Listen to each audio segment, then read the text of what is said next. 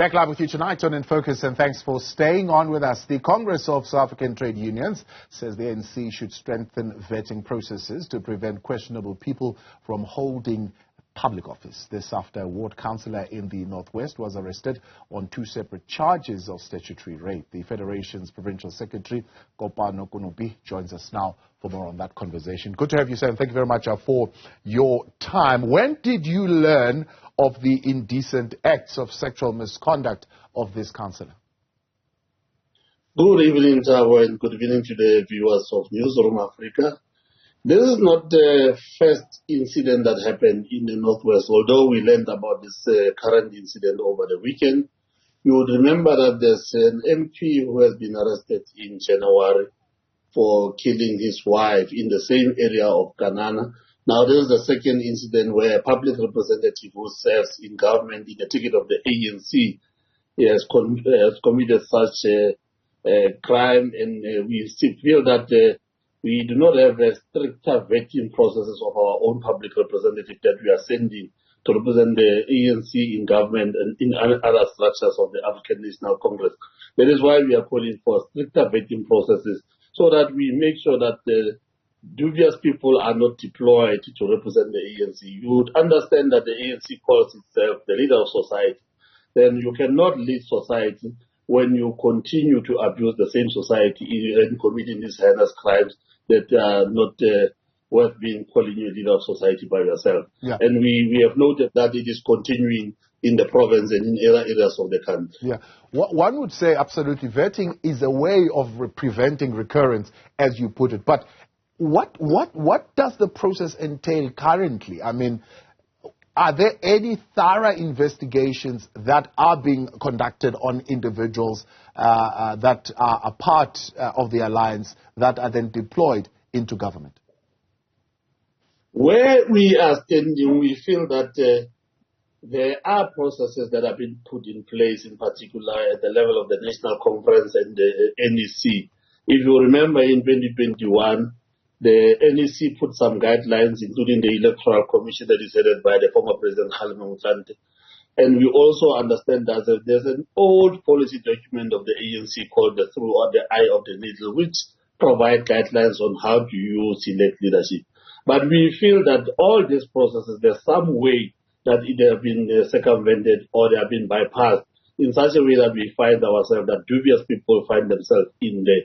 So we feel that they need to be strengthened, and there must be some way of making it a little bit tighter so that nobody slips through the cracks and finds himself or herself deployed while he's a dubious character, that person. Yeah. Look, slip through the cracks is in simple terms. I mean, if Kopano, you were to be frank, is to say that the vetting process currently is prone to political manipulation. So in other words, the individuals who are there, been given this responsibility of vetting, are being prone to political manipulation. How do you deal with that? That is why we are saying not only for the issues of deployment as a public representative, also at the issue of the deployment in the structures of the ANC.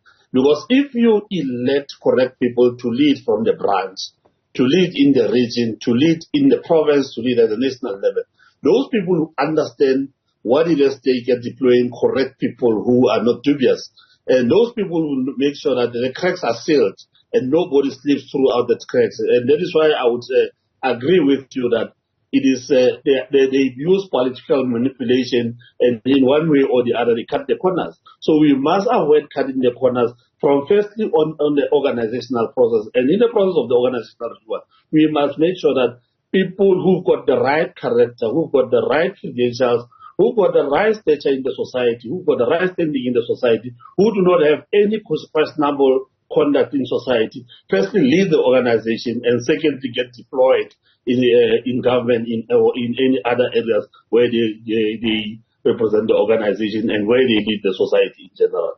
So, I mean, if you were to ask these individuals, they'd tell you that it was a democratic process. I mean, I campaigned, my face was on the thing, and there was local government elections, I was on the poster, the community voted, and that's why I'm here. How does a democratic process, or let me say, why would a democratic process lead us to having dubious individuals making it into council?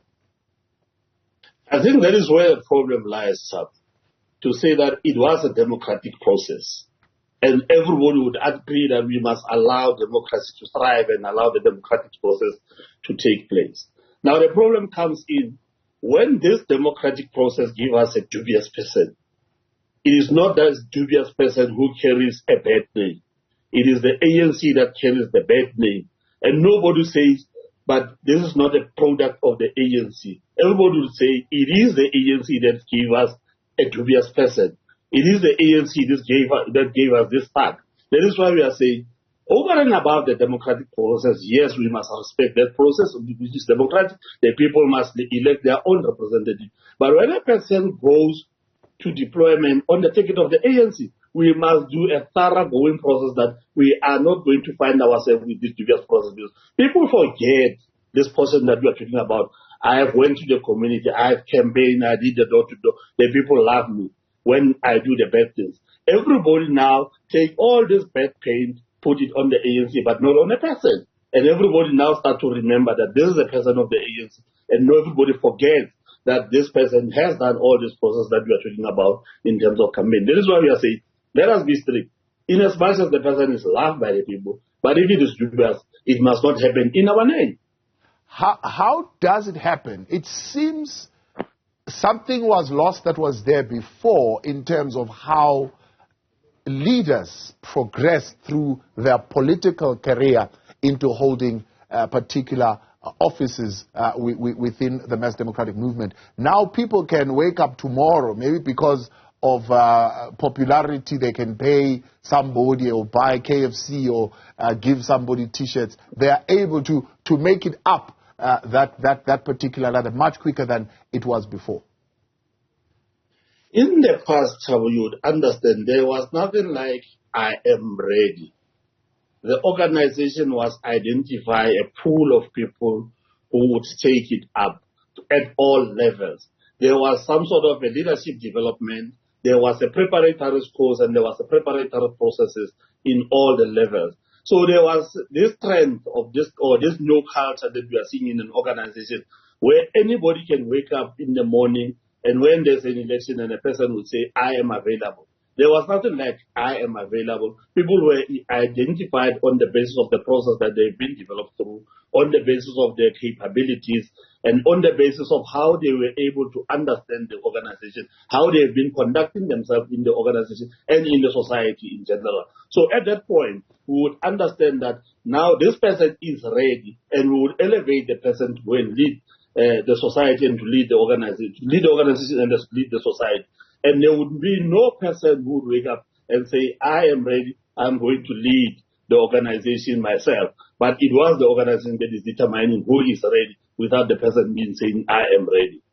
So bottom line, you're saying going forward, especially in areas of public office, elections should not be the only thing that we believe is going to deliver the kind of political leader that the people want in real terms, not in terms of just popularity. In one way or the other, I am saying that, where especially when the person is going on a ticket of the organization, it must be the person with the organization itself can be proud that we have deployed a capable person, we have a person with a correct stature, we have got a person who we can be proud that he will be able to represent us in the society and will be able to lead the society in general.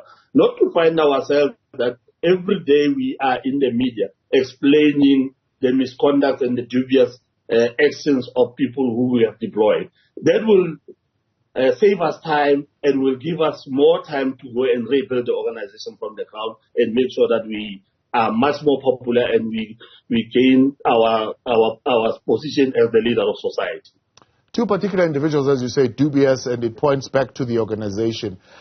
Incompetent leaders, in fact, criminal leaders. If you ask me, if indeed they've committed murder and one is charged with sexual misconduct. What do you recommend should happen with these particular leaders? Because that is also, in a sense, what would send a message to those who would want to fill up those particular positions in how they should behave. Where I'm standing is that where there's overwhelming evidence, like in this case that we have seen over the weekend, we shouldn't be wasting time of the organization going through this process of applying the alteram batel and giving the person to be heard. Because we have overwhelming evidence that is on the ground, unless the person can prove otherwise. The person should be summarily removed from the organization.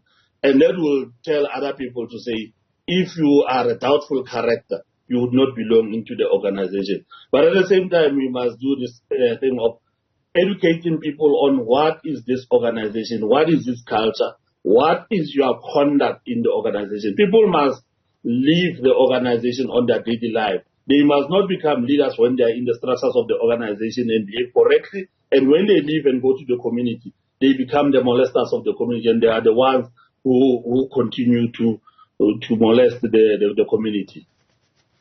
Dr. Konopi, I appreciate your time. Thanks so much for coming on tonight and joining us in this conversation. Cosatu Northwest Provincial Secretary there, Kopano Konopi.